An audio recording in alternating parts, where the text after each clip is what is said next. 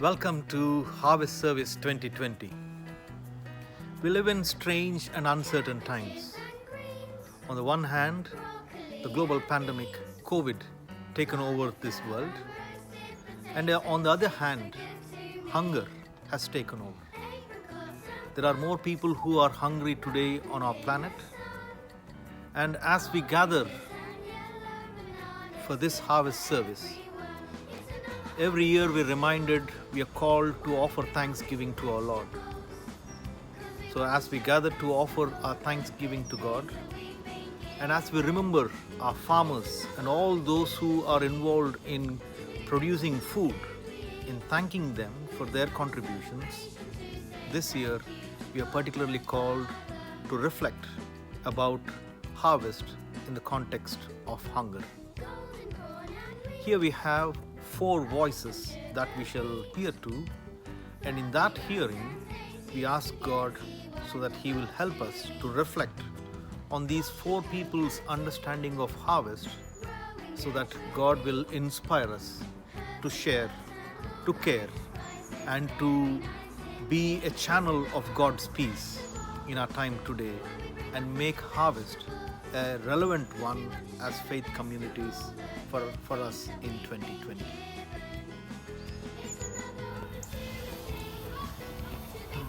I'm George James, and I'm a member of Teton Moor United Church, and I've been a plot holder for nearly 40 years now on this piece of land here. And for centuries, harvest has been about thanksgiving, particularly for the peasants who were worried about where they're going to get through the winter. But obviously I'm thankful for what I can produce on this plot.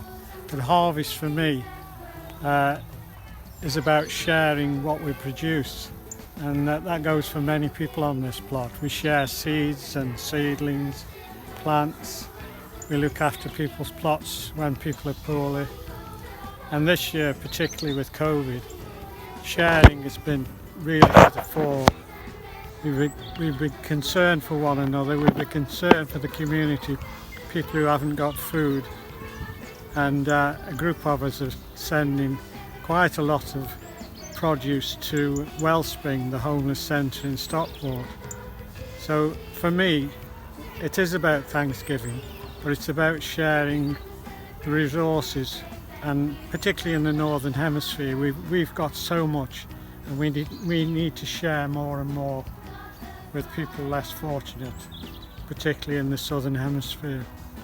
And we can do that in many ways. If you're not a farmer, everybody can't be a farmer, you can't be a plot holder, then there's ways you can do it. You can give to Christian Aid, you can support all sorts of ventures, you can write to your MP. There's many ways of trying to share things with everyone.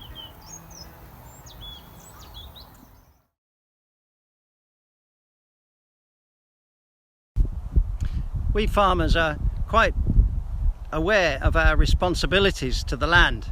We have a responsibility to produce food for the nation, responsibility for the beautiful environment that is around about us, and thirdly, we have a particular responsibility to be hosts for folks to walk on the land and enjoy this wonderful countryside that we have the privilege of farming. This particular aspect has been severely tested during lockdown.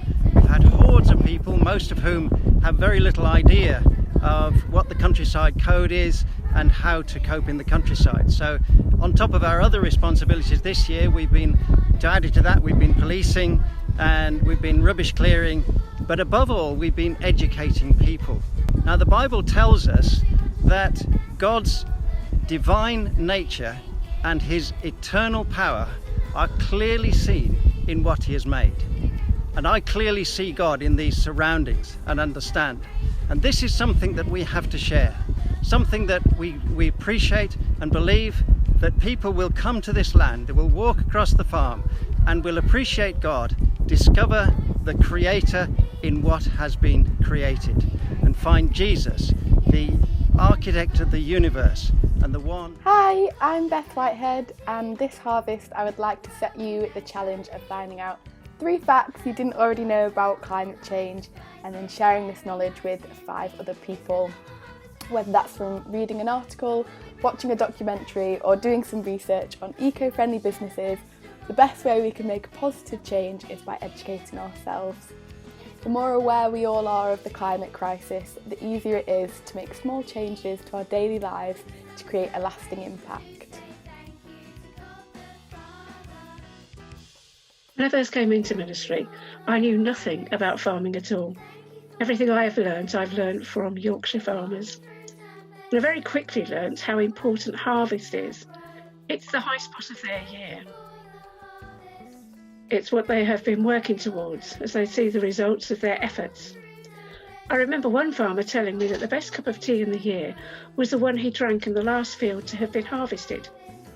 There was a sense of achievement. All the work of the last months had been worthwhile. Farmers take great pride in producing food and caring for the landscape.